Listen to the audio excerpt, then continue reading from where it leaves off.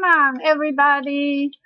You are on the channel for English for Biology majors, which is brought to you by Tsinghua University's Susan Ye.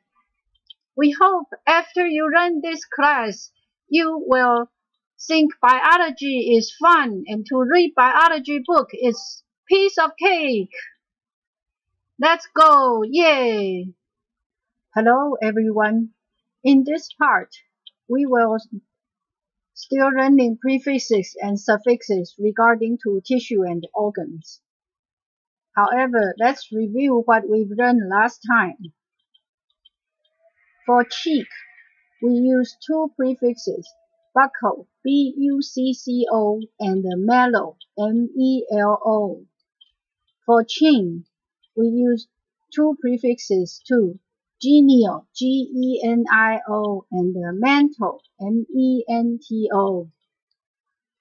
For jaw, we use one prefix, nasal, G-N-A-T-H-O. For lip, we have three prefixes, chilo, C-H-E-I-L-O, chylo, C-H-I-L-O, and labial, L-A-B-I-O. For tooth, we have three prefixes, denti, D-E-N-T-I, dentia, D-E-N-T-I-A, and dental, D-E-N-T-O, and odontal, O-D-O-N-T-O, and one suffix, dentia, D-E-N-T-I-A. For gum, we use one prefix, gingival, G-I-N-G-I-V-O.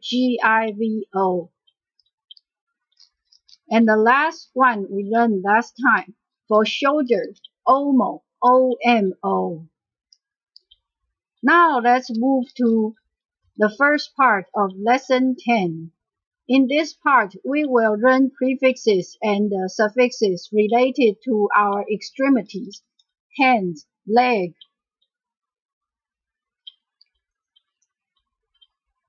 When we want to describe things that are related to finger and toe, we can use digital, D-I-G-I-T-O, and dactylo, D-A-C-T-Y-L-O. They both means finger and toe. Let's see our example. Digitoplantar. Digitoplantar is the meaning of digitoplantar means pertaining to the toes and the sole, this part of the foot, which means that is digitoplantar. And for dactylogram actually is an impression taken from a finger. It is commonly called fingerprint, but in professional work, professional use, we use dactylogram. And also, we introduce one more example for polydactyly. Remember what we learned for number? Poly means many.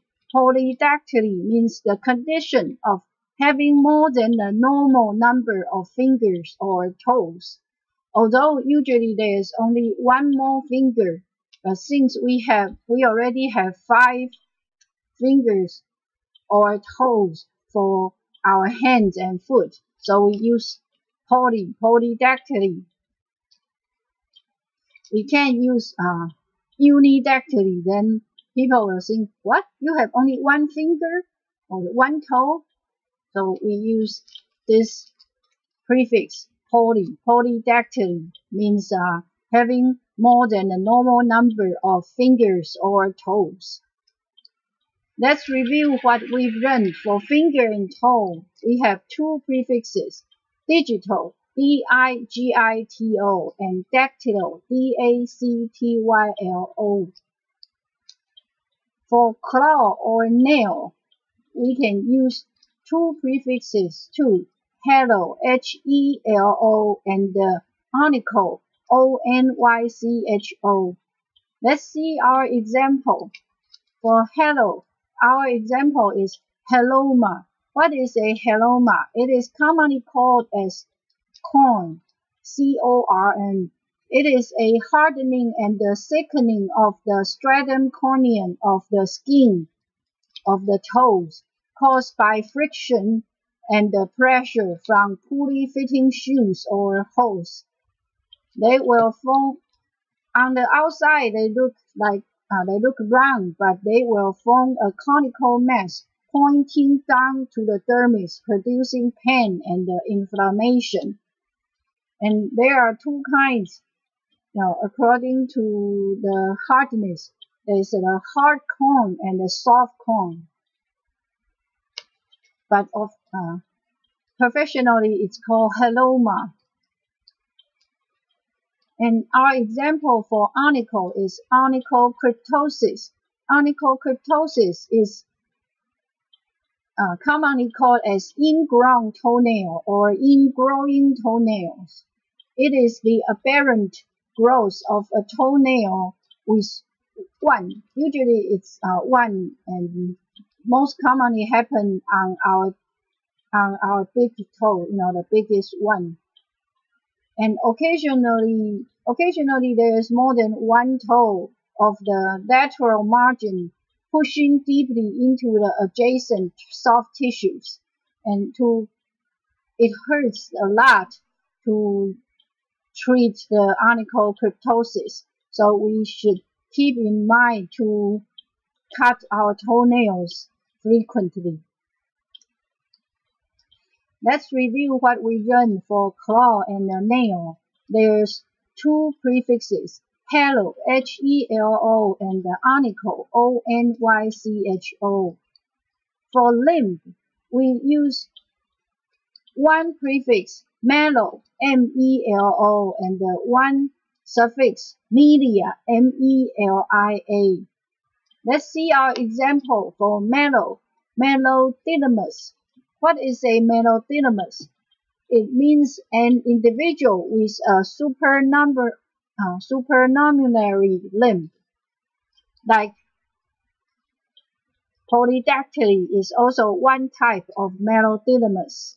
And like this person, he has one more nipple, one extra nipple than most of us. That is also called a melodidymus. And our example for the suffix melia is micromelia. Micro means small. Recall what we learned before for the number. Micromelia is a developmental anomaly characterized by abnormal smallness or shortness of the limb. Like the dinosaur in this picture, the T-Rex, he is a natural micromelia. He is not abnormal. But since I can't find a good picture to show you the abnormal development, so we'll have to settle for the T-Rex. Let's review what we've just learned. For limb, there's one prefix, melo, M-E-L-O, and one suffix, melia. For arm, we use one prefix, brachio, B-R-A-C-H-I-O. Our example is brachiopoda. Brachiopoda belongs to the Brachiopoda is one of the phylum. They are marine animals that have hard valves, shells on the upper and the lower surface. Unlike other kind of mollusks, they have left and right arrangement. They have top and the upper and the lower shells. Brachiopod valves are hinged at the rear end, and they are named brachiopoda. Brachio means arm, foot means they have this thing that can help them move. And in this picture, this type of brachiopoda is actually nicknamed in Taiwan as 海豆芽, that means sea bean sprout, or bean sprout from the sea. When we want to talk about hand, we can use three prefixes: chiro, C-H-E-I-R-O, or C-H-I-R-O, and man, M-A-N. And also we introduce how to call all the fingers, and also some part of our hand in this part of our lesson. This is thumb, and index finger, and middle finger, and ring finger, and the smallest one is called pinky. And then this side of our hand is called the palm, and then this side is back, and this is our wrist.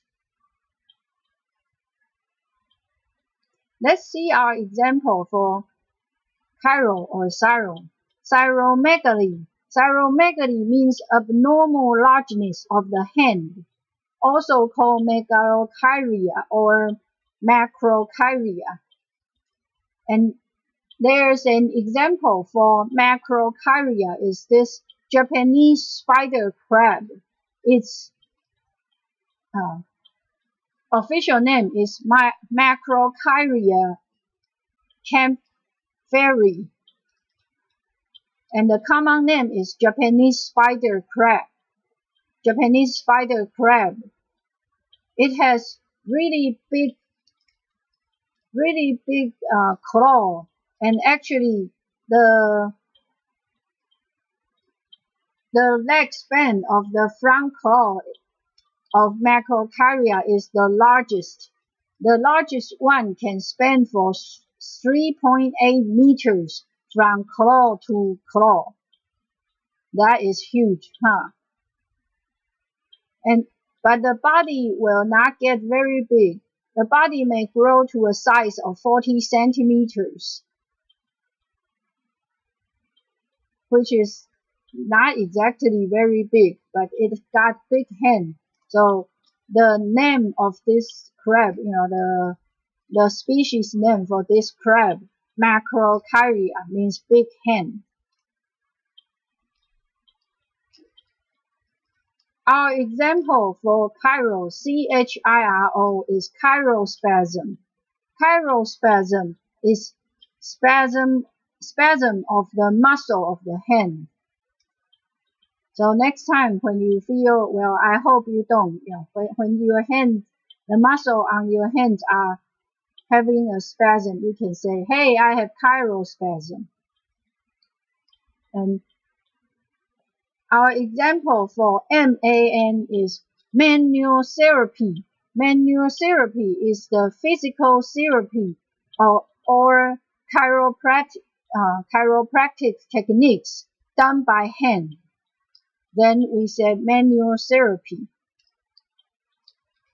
Let's review what we learned for hand. We have three prefixes: chiro or chiro, C-H-E-I-R-O, or C-H-I-R-O, chiro, or man, M-A-N. And also we learned thumb, index finger, middle finger, ring finger, pinky, palm, back, wrist.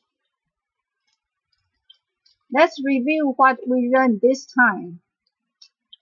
For finger and toe, we use digital, D-I-G-I-T-O, and dactylo, D-A-C-T-Y-L-O. For claw and nail, we use halo, H-E-L-O, and onycho, O-N-Y-C-H-O. For limb, we use melo, M-E-L-O, and melia, M-E-L-I-A, which is a suffix. For arm, we use brachio, B-R-A-C-H-I-O. For hand, we have chiro, C-H-E-I-R-O, chiro, C-H-I-R-O, and man, M-A-N. We have finished all we need to learn this time. Next time when we come back, we will proceed to the second part of Lesson 10. See ya! English for Biology Major is brought to you by TCU's English for Biology Major course team. If you have any questions, don't forget to visit our FB fans page. The website is here, and you can also scan the QR code to reach to our FB fans page. This course is sponsored by Centers for Faculty Development and Instructional Resources of TCU.